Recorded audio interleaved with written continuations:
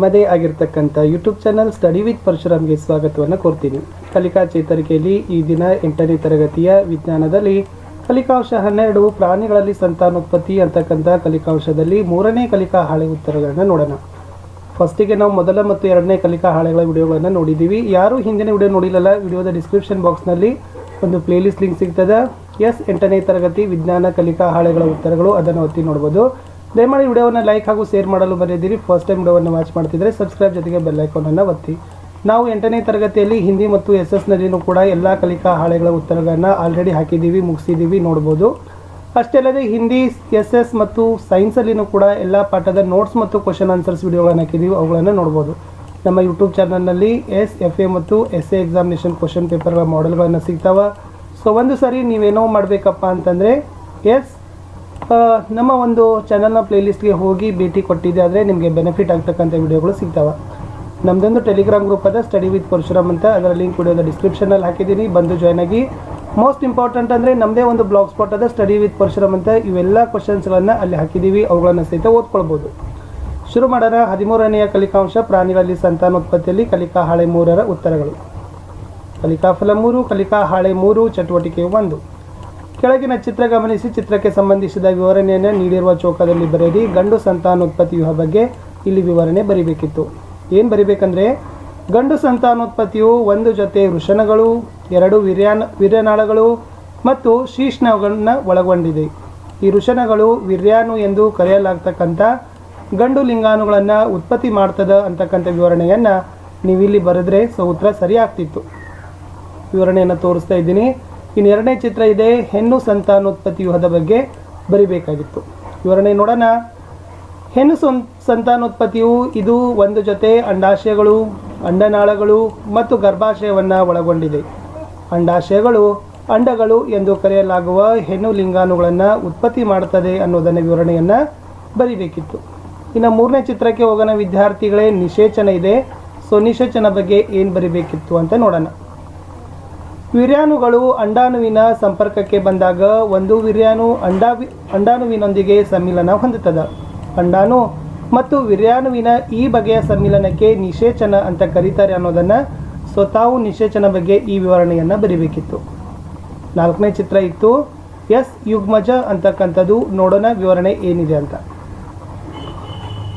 ನಿಷೇಚನದ ನಂತರ ವೀರ್ಯಾಣು ಮತ್ತು ಅಂಡಾಣುವಿನ ಕೋಶ ಕೇಂದ್ರಗಳ ಸಮ್ಮಿಳನವು ಒಂದೇ ಕೋಶ ಕೇಂದ್ರವನ್ನು ರೂಪಿಸ್ತದ. ಇದು ಫಲಿತ ಅಂಡ ಅಥವಾ ಯುಗ್ಮದ ರಚನೆ ಉಂಟಾಗಲು ಕಾರಣವಾಗಿದೆ ಅಂತ ವಿವರಣೆಯನ್ನು ಬರೆದ್ರೆ ಯುಗ್ಮಜದ ಬಗ್ಗೆ ಕ್ಲಿಯರ್ ಆಯಿತು. ವಿದ್ಯಾರ್ಥಿಗಳೇ, ಇಷ್ಟು ಚಿತ್ರಕ್ಕನುಗುಣವಾಗಿರ್ತಕ್ಕಂಥ ಸ್ಪಷ್ಟವಾಗಿರ್ತಕ್ಕಂಥ ಸರಳ ವಾಕ್ಯದಲ್ಲಿ ತಾವುಗಳು ವಿವರಣೆಯನ್ನು ಬರೆದ್ರೆ ಈ ಚಟುವಟಿಕೆ ಕ್ಲಿಯರ್ ಆಗ್ತದೆ. ಇನ್ನು ಹೆಚ್ಚಿನ ಮಾಹಿತಿಗಾಗಿ ಕೆಲವೊಂದಿಷ್ಟು ಅಂಶ ಕೊಟ್ಟಿದ್ದಾರೆ, ನೋಡೋಣ. ಕೆಲವು ಪ್ರಾಣಿಗಳು ಮರಿಗಳಿಗೆ ಜನ್ಮ ನೀಡ್ತಾವೆ, ಕೆಲವು ಮರಿಗಳಾಗಿ ಬೆಳೆಯುವ ಮಟ್ಟಿಗಳನ್ನು ಇಡ್ತಾವೆ. ಮರಿಗಳಿಗೆ ಜನ್ಮ ನೀಡ್ತಕ್ಕಂಥ ಪ್ರಾಣಿಗಳನ್ನು ಜರಾಯುಜ ಪ್ರಾಣಿಗಳಂತ ಕರೆದ್ರೆ, ಮೊಟ್ಟೆಗಳನ್ನು ಇಡ್ತಕ್ಕಂಥ ಪ್ರಾಣಿಗಳಿಗೆ ಅಂಡಜ ಅಂತ ಕರೀತಾರೆ. ಸಾಮಾನ್ಯವಾಗಿ ಸಸ್ತನಗಳು ಮರಿ ಹಾಕ್ತಾವೆ. ಮೊಟ್ಟೆ ಇಡ್ತಕ್ಕಂಥ ಸ್ತನಿಗಳನ್ನು ನೀವೇನಾದರೂ ಬಲ್ಲಿರಾ? ಎಕಿಡ್ನಾ ಮತ್ತು ಪ್ಲಾಟಿಪಸ್ ಇವೆರಡೂ ಏನಪ್ಪ ಅಂದರೆ ಮೊಟ್ಟೆಗಳನ್ನು ಇಡ್ತಕ್ಕಂಥ ಸ್ತನಿಗಳು, ಸಸ್ತನಿಗಳು ಅಂತ ಕರಿತೀವಿ. ಇಲ್ಲಿ ಒಂದು 3 ಅಂಶಗಳನ್ನು ವಿದ್ಯಾರ್ಥಿಗಳಿಗೆ ತಾವು ನೆನಪಿನಲ್ಲಿ ಇಟ್ಕೊಳ್ಬೇಕು. ಒಂದನೇದು, ಪ್ರಾಣಿಗಳು ಮರಿಗಳಿಗೆ ಜನ್ಮವನ್ನು ನೀಡ್ತಾವೆ, ಕೆಲವೊಂದಿಷ್ಟು ಮೊಟ್ಟೆಗಳನ್ನು ಕೂಡ ಇಡ್ತಾವಂತಕ್ಕಂಥದ್ದು ಒಂದು.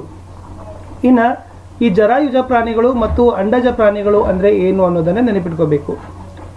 ಯಾವ ಪ್ರಾಣಿಗಳು ಮರಿಗಳಿಗೆ ಜನ್ಮ ಕೊಡ್ತಾವಲ್ಲ ಅವುಗಳಿಗೆ ಜರಾಯುಜ ಪ್ರಾಣಿಗಳು ಅಂತ ಕರೆದ್ರೆ, ಮೊಟ್ಟೆ ಇಡ್ತಕ್ಕಂಥ ಪ್ರಾಣಿಗಳಿಗೆ ಅಂಡಜ ಪ್ರಾಣಿಗಳು ಅಂತ ಕರಿತೀವಿ. ಇದು 2ನೇದು. ಇನ್ನು ಲಾಸ್ಟ್, 1-2 ಸಸ್ತನಿಗಳು ಮೊಟ್ಟೆಗಳನ್ನು ಇಡ್ತಾವ, ಅವುಗಳನ್ನು ಏನಂತ ಕರಿತೀವಪ್ಪ ಅಂತಂದರೆ ಏನು ಕರಿತೀವಿ? ಎಕಿಡ್ನಾ ಮತ್ತು ಪ್ಲಾಟಿಪಸ್ ಅಂತ ಕರಿತೀವಿ. ಇದು ಮೇನ್ ಇಂಪಾರ್ಟೆಂಟ್ ಆಗಿರ್ತಕ್ಕಂಥ GKಗೂ ಕ್ವಶನ್ಗಳನ್ನಿದು ಬರ್ತದೆ. ಇನ್ನು ಚಟುವಟಿಕೆ 2, ಮಾನವರಲ್ಲಿ ಲಿಂಗ ನಿರ್ಧರಣೆಯನ್ನು ಗುರುತಿಸಿರಿ.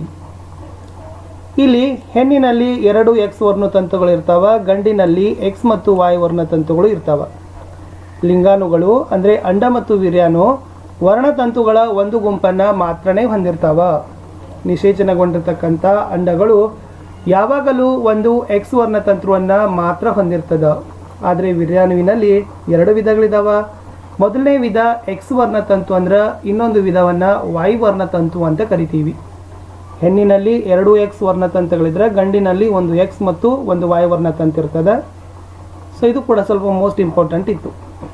ಇಲ್ಲಿದೆ ನೋಡಿ ವೈ ಎಕ್ಸ್ ಎಕ್ಸ್ ಎಕ್ಸ್. ಹಾಗಾದರೆ ಇಲ್ಲಿ ಏನು ಬರ್ತದೆ ಅಂತ ಕೇಳಿದ್ದಾರೆ. ಸೊ ಇಲ್ಲಿ ಬರ್ತಕ್ಕಂಥದ್ದು ಗಂಡು ಅಂತ, ಅಂದರೆ ಎಕ್ಸ್ ಮತ್ತು ವೈ ಬಂದರೆ ಏನಾಗ್ತದಪ್ಪ ಅಂದ್ರೆ ಗಂಡಾಗ್ತದೆ. ಎಕ್ಸ್ ಮತ್ತು ಎಕ್ಸ್ ಅಂತಕ್ಕಂಥ ಸೇರಿದರೆ ಹೆಣ್ಣು ಆಗ್ತದೆ ಅಂತ ಬರಿಬೇಕು. ಸೊ ಇಲ್ಲಿ ನೀವೇನು ಬರಿಬೇಕಿತ್ತು, ಹೆಣ್ಣು ಬರಿಬೇಕಿತ್ತು. ಸೊ ಈಚೆಗೆ ಇರ್ತಕ್ಕಂಥದ್ರಲ್ಲಿ ಏನು ಬರಿಬೇಕಿತ್ತು, ಗಂಡು ಅಂತ ಬರಿಬೇಕಿತ್ತು. ಸೊ ಇದು ವರ್ಣತಂತುಗಳ ಬಗ್ಗೆ ಕ್ವಶನ್ಸ್ ಅದ, ನೆನಪಿಟ್ಕೋಬೇಕು. ಎಕ್ಸ್ ವೈ ಆದರೆ ಗಂಡು ಇರ್ತದೆ, ಎಕ್ಸ್ ಎಕ್ಸ್ ಇದ್ರೆ ಹೆಣ್ಣು ಇರ್ತದೆ. ಮಾನವರಲ್ಲಿ ಲಿಂಗ ನಿರ್ಧಾರಣೆಯನ್ನು ಸಂಕ್ಷಿಪ್ತವಾಗಿ ವಿವರಿಸಿರಿ. ಇಲ್ಲೇನು ಕೊಟ್ಟಿದಾರಲ್ಲ ಅದನ್ನೇ ಬರಿಬೇಕಿತ್ತು, ಒಂದ್ಸರಿ ನೋಡುವ. ಮಾನವರ ಎಲ್ಲ ಜೀವಕೋಶಗಳು ತಮ್ಮ ಜೀವಕೋಶಗಳ ಕೋಶ ಕೇಂದ್ರಗಳಲ್ಲಿ 23 ಜೊತೆ ವರ್ಣತಂತುಗಳನ್ನು ಹೊಂದಿರ್ತಾವೆ. ಸೊ ಗೊತ್ತಾಯ್ತು ಅನ್ಕೊಂತೀನಿ ಎಷ್ಟು ವರ್ಣತಂತುಗಳು ಇರ್ತಾವೆ ಮನುಷ್ಯನಲ್ಲಿ. 23 ಜೊತೆ ವರ್ಣತಂತುಗಳು ಇರ್ತಾವೆ. ಇವು ಎಕ್ಸ್ ಎಕ್ಸ್ ಮತ್ತು ಎಕ್ಸ್ ವೈ ಎಂಬ ಹೆಸರಿನ ವರ್ಣತಂತು ಲಿಂಗ ವರ್ಣತಂತುಗಳು ಆಗಿದಾವೆ. ಈ 23 ಜೊತೆ ವರ್ಣತಂತುಗಳಲ್ಲಿ ಎಕ್ಸ್ ಎಕ್ಸ್ ಮತ್ತು ಎಕ್ಸ್ ವೈ ಅಂತಕ್ಕಂಥ ವರ್ಣತಂತುಗಳನ್ನು ಲಿಂಗ ವರ್ಣತಂತುಗಳಂತ ಕರೀತಾರೆ.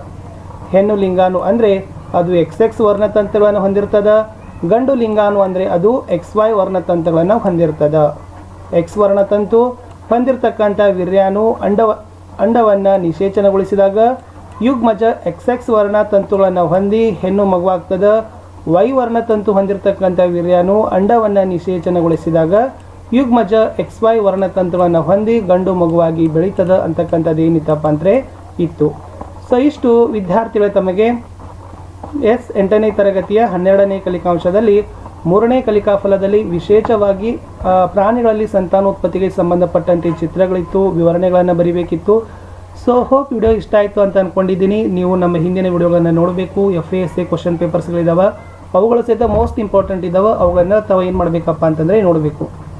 ಆ ಎಲ್ಲ ವಿಡಿಯೋಗಳು ನಿಮಗಾಗಿಯೇ ಕಾದಿದ್ದಾವೆ.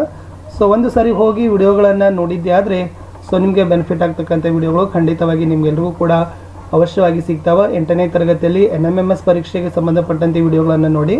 ಅಷ್ಟೇ ಅಲ್ಲದೆ ನಾವು ಮೌಲ್ಯಾಂಕನ ಪರೀಕ್ಷೆಗೂ ಕೂಡ ಶಾರ್ಟ್ಲಿಯಾಗಿ ವಿಡಿಯೋಗಳನ್ನು ಹಾಕ್ತೀವಿ, ಅವುಗಳನ್ನು ಸಹಿತ ತಾವು ನೋಡ್ಬೋದು. Yes okay.